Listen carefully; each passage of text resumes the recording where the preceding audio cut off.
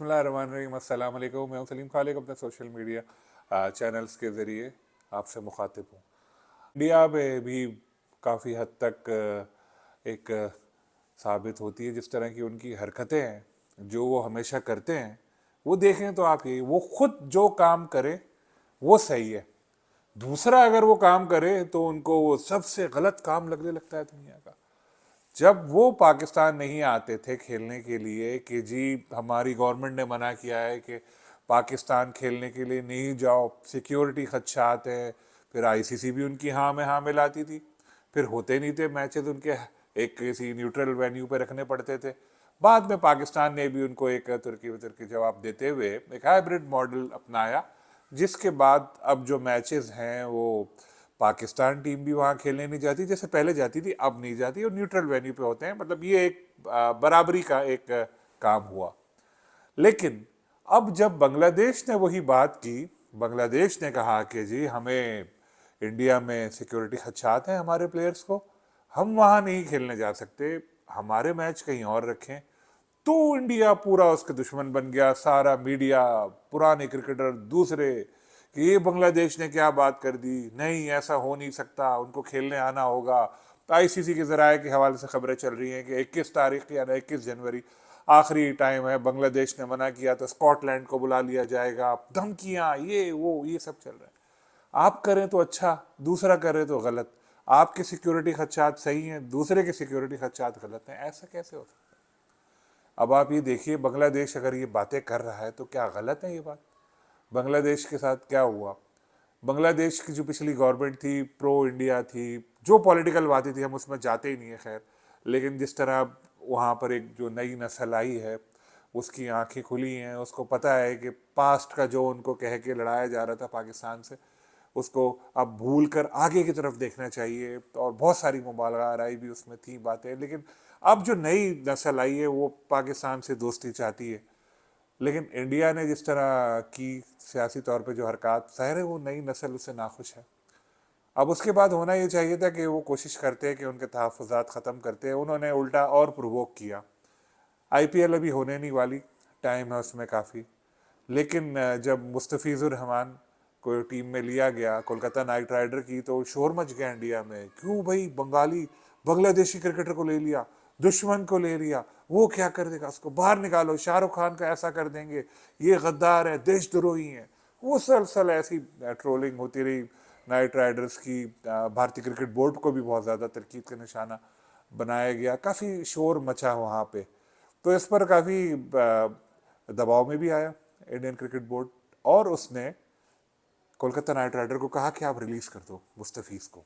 उन्होंने ऐसा ही किया, मुस्तफ़ीज़ को रिलीज़ कर दिया कि जी जितनी धमकियां मिल रही थी, कहीं ऐसा ना होता किसी मैच में मुस्तफ़ीज़ पे हमला हो जाता, कुछ हो जाता। अब जाहिर है जब एक खिलाड़ी के साथ ऐसा होगा तो पूरी टीम कैसे सिक्योर हो सकती है? यही पॉइंट बांग्लादेश ने उठाया। उसने कहा भाई एक खिलाड़ी को तो सिक्योरिटी दे नहीं पा रहे हमारे, तो जब हमारी पूरी टीम जाएगी वहाँ वर्ल्ड कप खेलने के लिए तो उसको कैसे सिक्योरिटी देंगे, ये तो बड़ा मसला हो सकता है। तो हमारे मैचेस वहाँ से मुंतकिल किए जाए। बहुत जायज़ मुतालबा था, इस वजह से जायज़ मुतालबा था क्योंकि ये बिल्कुल सबके सामने है सारी चीज़ें जो आ रही थी।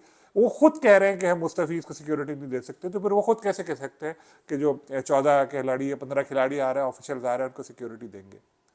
सही बांग्लादेश का एक मौक़िफ़ था। लेकिन आईसीसी ने कहा ये वक्त कम है, ये कम है, मुसलसल डिले, लेट टैक्टिक्स यूज़ किए जा रहे हैं, जिसकी वजह से एक वक्त ऐसा आएगा जब ये बोलेंगे कि जी अब तो टाइम बिल्कुल ही नहीं रहा, अब तो हम कुछ कर ही नहीं सकते, आना है आओ, नहीं तो जाओ, घर जाओ। ऐसा पाकिस्तान को नहीं कह सकते थे। पूरे वर्ल्ड कप की कमाई एक तरफ, पाकिस्तान इंडिया मैच की कमाई एक तरफ।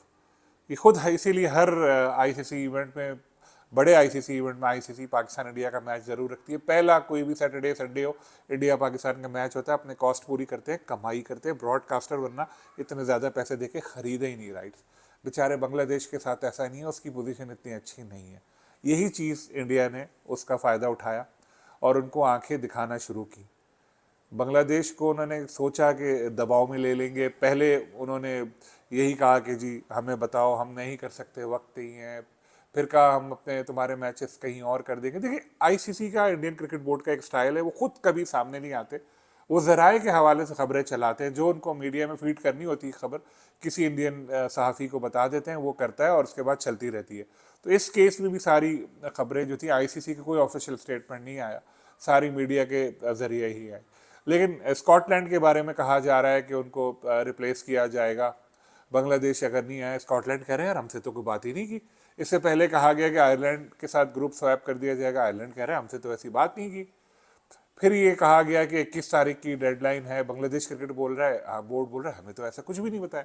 यानी मीडिया में ज़्यादा चीज़ें चल रही हैं, एक मीडिया वॉर चल रही है, डराया जा रहा है बांग्लादेश को कि भाई बात मान लो वरना तुम्हें बाहर कर देंगे, तुम पाकिस्तान नहीं हो, तुम बांग्लादेश हो, इसलिए अपनी हद में रहो।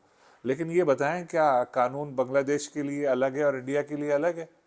रूल तो सबके लिए एक है, सारे मेंबर्स एक है। किस रूल बुक में ये लिखा हुआ है कि जी इंडियन क्रिकेट बोर्ड चूंकि ज़्यादा पैसे लाता है तो इंडियन क्रिकेट बोर्ड को ज़्यादा अहमियत दी जाएगी? ये तो एक आईसीसी पे भी इन लोगों ने कब्जा कर लिया है। जय शाह आ गए, अमित शाह जो के साहबजादे, उनका कब्जा हो गया है, तो बहुत ज़्यादा पॉलिटिकलाइज हो गई आईसीसी। बाकी भी सारी टॉप पोस्ट पे आईसीसी में इंडियन लोग ही आ गए। तो अब ये चीज़ बहुत एक खतरे के निशान पर पहुंच रहे। वर्ल्ड कप ये पूरा तबाह कर दिया है इंडियन क्रिकेट बोर्ड ने, अपना ही इवेंट था ख़राब कर दिया। पहले पाकिस्तान के साथ लड़ाई की वजह से इन्होंने इसको हाइब्रिड मॉडल पे एक करना पड़ा, जिस तरह उन्होंने पाकिस्तान के साथ किया था। ज़ाहिर है पाकिस्तान ने बिल्कुल सही स्टेप उठाया हाइब्रिड मॉडल वाला। चलें, अब उसके बाद बांग्लादेश भी इनको बुरा लग रहा है, कल को कोई और भी इनको बुरा लगेगा। तो अपना ही इवेंट इन्होंने ख़राब कराया। देखें जब से अब पिछले कुछ अरसे से हम देख रहे हैं कोई इवेंट होता है तो इंडिया में ख़ासतौर पर अगर हो रहा होता है तो उसमें ये बात नहीं होती कि जी फलां टीम फेवरेट है, फलां टाइटल जीत लेगी, सेमीफाइनल में ये होगा। बात ये होती है कि इसको वीज़ा मिलेगा, ये आएगा खेलने के लिए, वो टीम आएगी। ये अभी भी यही चल रहा है। देखें कितने दिन रह गए, थोड़े से दिन रह गए और अभी तक यही नहीं पता कि वीज़े मिलेंगे।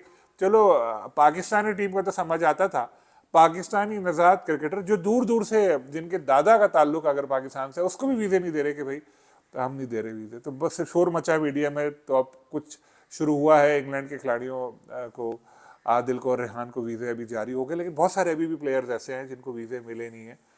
तो आप देख लें इनकी इंतहा पसंदी, इनकी नफरत के ऐसे लोग जिनका डायरेक्टली पाकिस्तान से अब ताल्लुक नहीं भी है, उनको भी वीज़े नहीं दे रहे मुसलमान होने की वजह से, या उनके जो बाप दादा का ताल्लुक अगर रहा हुआ हो। तो क्या ऐसे मुल्क को आईसीसी के इवेंट की मेज़बानी किसी को देनी चाहिए? लेकिन जाहिर है क्योंकि आईसीसी में इंडिया ही है तो वो तो देते रहेगा इसी तरह मेज़बानी और इवेंट को ख़राब करता रहेगा। मैंने अपनी ज़िंदगी में कभी नहीं देखा है कि क्रिकेट इतनी ज़्यादा पॉलिटिकलाइज हो गई जितनी अब इंडियन क्रिकेट बोर्ड ने कर दी है।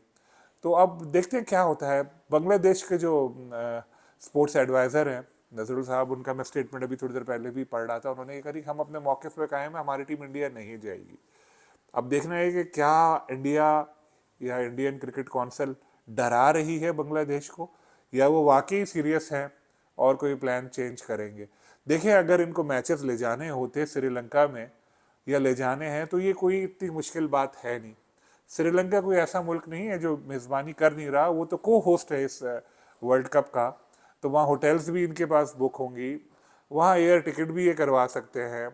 उसके अलावा वहाँ पर जो टेलीविज़न के क्रू है वो ऑलरेडी मौजूद होगा। तो अगर करना चाहें तो कर सकते हैं। मुश्किल तो है, मुश्किल तो होती, लेकिन ऐसा नहीं है कि नामुमकिन हो। हाँ अगर किसी ऐसे मुल्क में जैसे यूएई की बात होती कि यूएई में शिफ्ट करना है तो फिर हम कह सकते थे कि यार सारा कुछ वहाँ पर ले जाना पड़ेगा, सेटअप मुश्किल होगा। लेकिन अगर करना चाहें तो अभी भी आईसीसी के पास वक्त है, वो कर सकते हैं। लेकिन अगर नहीं करना चाहें कि दिखाना चाहें कि देखो जी हमने बांग्लादेश को बाहर कर दिया, इवेंट ख़राब कर दिया, तो वो एक अलग बात है। अब ऐसे में पाकिस्तान क्रिकेट बोर्ड ने पहले ही पूरा अपना सपोर्ट बांग्लादेश को दे दी थी और अब ये इत्तला सामने आ रही है कि शायद पाकिस्तान भी बॉयकॉट कर देगा अगर बांग्लादेश की टीम नहीं खेली। अभी पता नहीं इसमें कितनी सदाकत है क्योंकि सही खबरें सामने आई नहीं, ज़राए के हवाले से इधर उधर से आई हैं। लेकिन पाकिस्तान को बिल्कुल डट कर खड़े रहना चाहिए बांग्लादेश के साथ और जितना सपोर्ट कर सकता है वो करना चाहिए। देखते हैं ये ऊँट किस करवट बैठता है। लेकिन इंडियन क्रिकेट बोर्ड का जो रवैया है ये क्रिकेट को तबाह कर रहा है और इसके बारे में सोचना पड़ेगा आईसीसी को भी और दूसरों को भी। फिर इंशाल्लाह आपसे मुलाकात होगी। अल्लाह हाफ़िज़।